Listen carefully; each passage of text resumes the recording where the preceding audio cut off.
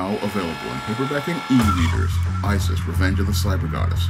The goddess next door takes on the threat of a deadly digital diva driven to destroy the world in this action-packed, all-new Isis series adventure. Get Isis, Revenge of the Cyber Goddess featuring a bonus pin-up and the other 2 books in the Cyber Goddess saga at online bookstores everywhere today. Some of my viewers say that I am very stoic when I make these videos and present my content online. And there's a reason why I don't express a lot of emotion in my videos. Now, back when I was very young, I wasn't like this. I was a very bright and happy-go-lucky person with a big sense of humor.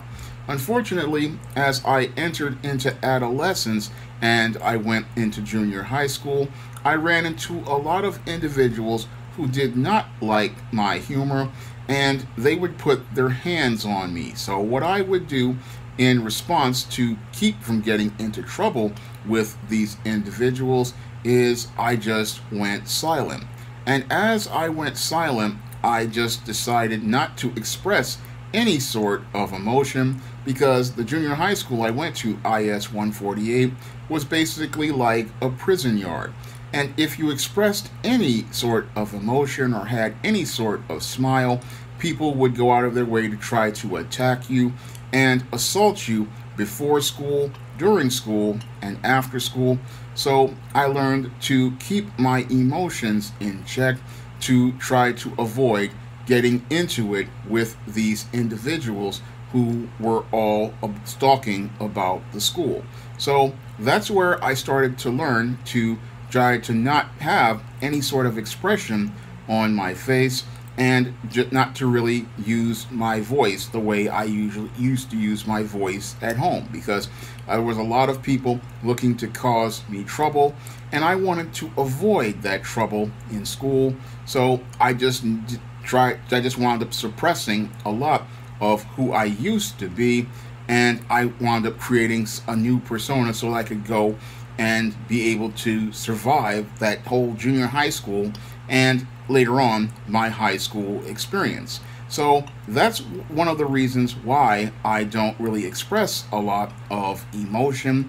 The other reason why I don't express a lot of emotion is because, as I learned from my experiences, a lot of these individuals, when they see a person who is expressing emotion, especially a man, it makes them a target of predators who look for somebody to take advantage of. Because a lot of predators out here, they're looking for somebody who is open and always appearing to be very happy-go-lucky, because they think that that person is naive. And a lot of these people, they take a very friendly person to be a weak person. So that's why I don't express a lot of emotion in public, because these individuals, they can sense your energy, and when they sense your energy, they want to think that it's weakness instead of seeing it as kindness. So I go from having that friendly face to a very serious face,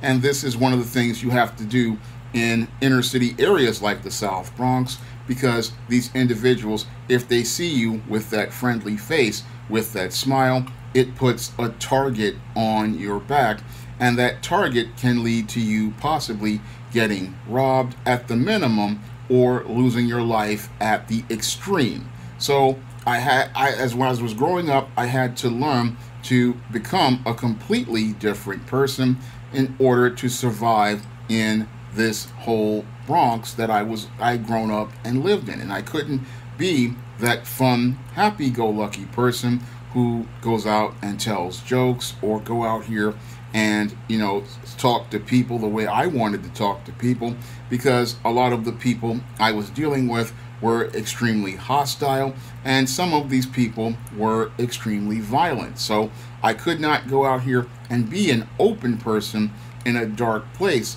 like the Bronx. So I had to modify my personality in order to survive out here. And some people, they really don't understand what some of the social cues that I use. Like some people don't understand.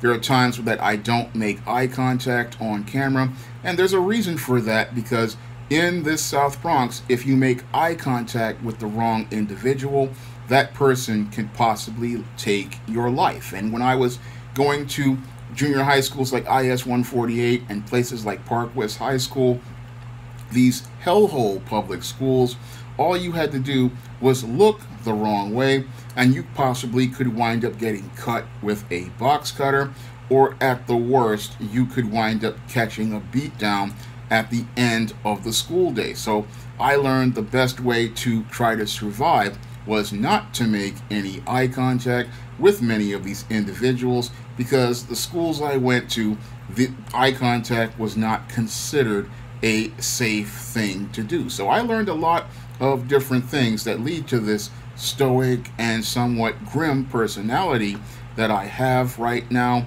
And these things are the reasons why I act the way that I do, because this was all about surviving in that public school system and trying to survive in life. Now, sometimes I run into people who really don't understand things on job interviews, and they really don't understand, me personally. So they don't understand that when I go out in social situations, I deal with a lot of anxiety due to the way I grew up in places like IS 148 and Park West, where I was dealing with all of these individuals who were just really crazy and out there, and having to deal with that dark period of the late 80s where you practically were looking over your shoulder because you were living in a neighborhood filled with drug dealers and crack addicts, and you had to keep looking over your shoulder, and you had to keep your head on a swivel, so you're always on edge. And again, I really couldn't make too much eye contact with people, because a lot of these people, a lot of them were cracked, especially a lot of the drug addicts. And then you had the kids who were drug dealers, or the kids from the single mother households, who were really twisted out here. So I was trying to navigate that whole course in public school. And again, this is what shaped my personality from being that bright, happy-go-lucky person that I was up until I was about 11 or 12 years old, into who I am today. So people wonder, oh, why is that guy sounding so stoic?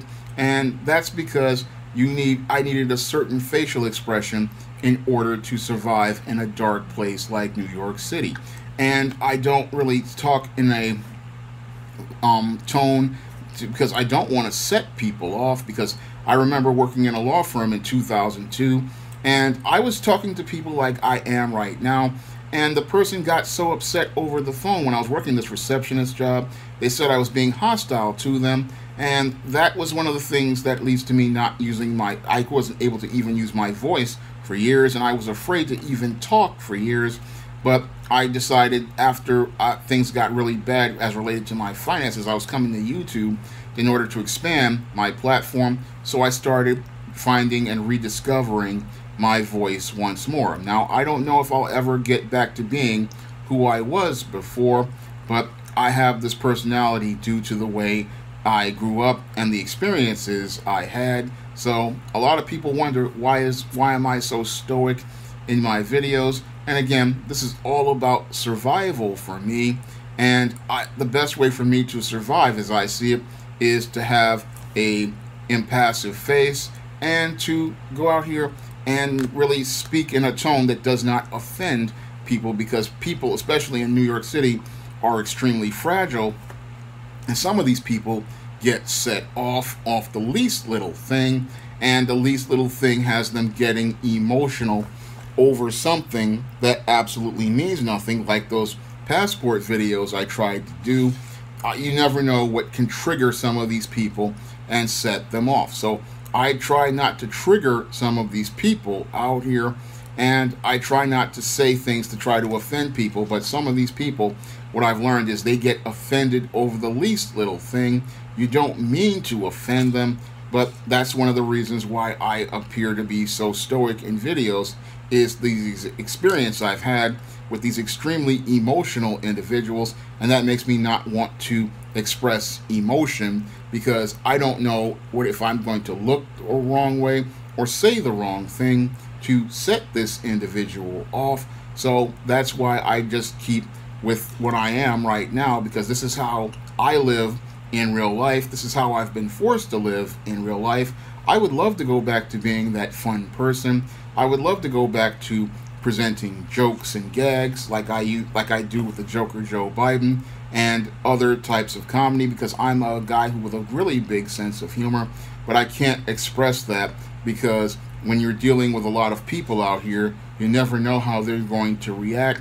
You never know how they're going to respond, and you never know when you're going to have to deal with one of these people who are simmering and boiling in anger, and you never know when that person is going to explode in a rage at you. And that was one of the things that made me anxious as a kid, because I had to deal with a lot of yelling teachers and even, again, violent classmates.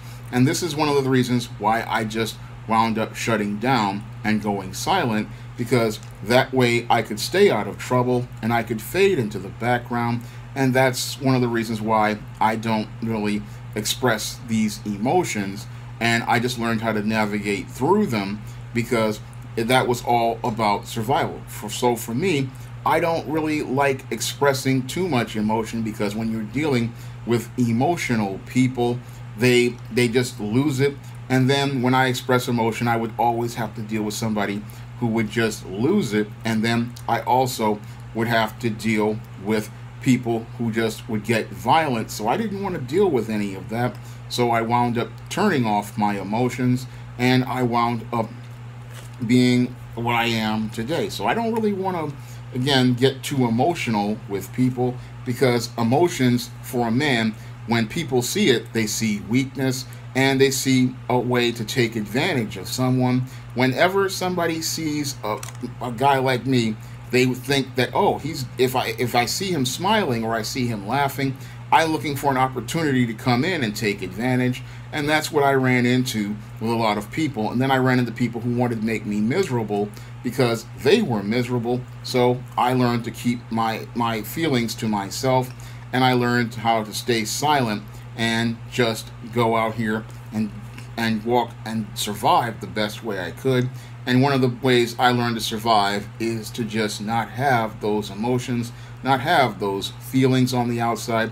I could express them privately, but I would not express them publicly. So that's all what I've learned over the years. And over the years, I've learned to, keep my emotions in check, because I don't want to wind up getting into trouble. Because when you're a black man out here, expressing your emotions can lead to you getting attacked by your thugs and your gangsters, or even the average person on the street, because a lot of black people are angry. Or it can lead to you winding up getting arrested by the police, because if you express your emotions in front of a police officer, he could go out here and arrest you for disturbing the peace at the minimum, assault, or something like that. Or at the most extreme, he could wind up taking out his weapon when you're upset, and he sees a gesture, and that could wind up costing you your life. So I learned to keep my emotions in check and not really express myself, because that's something a black man can't do in this country, and that's something a black man isn't allowed to do. He's not allowed to have his feelings. He can have them on the inside, but he can't express them on the outside, because there are consequences for him expressing those feelings. And one of those consequences is that black man could lose his life, or he could lose his freedom. And that's something I learned way back when I was about 15, 16 years old. And that's why I started to just go silent, because I didn't want to express those feelings and then wind up losing my freedom or my life. So a lot of people wonder, why am I so stoic in my videos? That's because I'm stoic in life. And some people, even in my own family, see that how I don't express feelings like I used to anymore, and how I'm somewhat distant to them. But that's all, again, part of me learning how to survive. And the whole thing is, I don't want to wind up letting my feelings cost me my freedom or my safety. And after seeing myself wind up in situations like when I lost my job in 2008, I'm dealing with them having guards come to escort me out.